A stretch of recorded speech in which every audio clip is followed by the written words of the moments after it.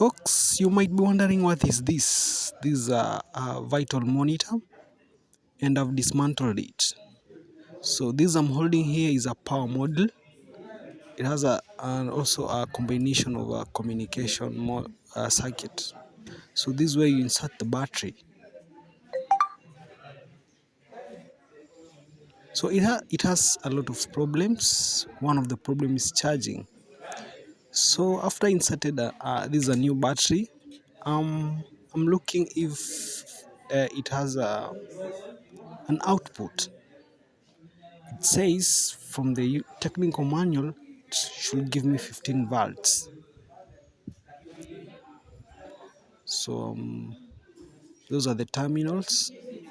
I'm sorry, I'm using one hand, and one hand I'm holding the phone.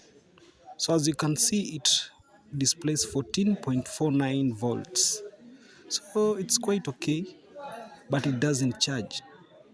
So what I did, I connected to the UPS module, and I checked if it displays. So I got some positive results. It displays, but now I can't measure pressure, I can't measure sp2, I can't measure carbon dioxide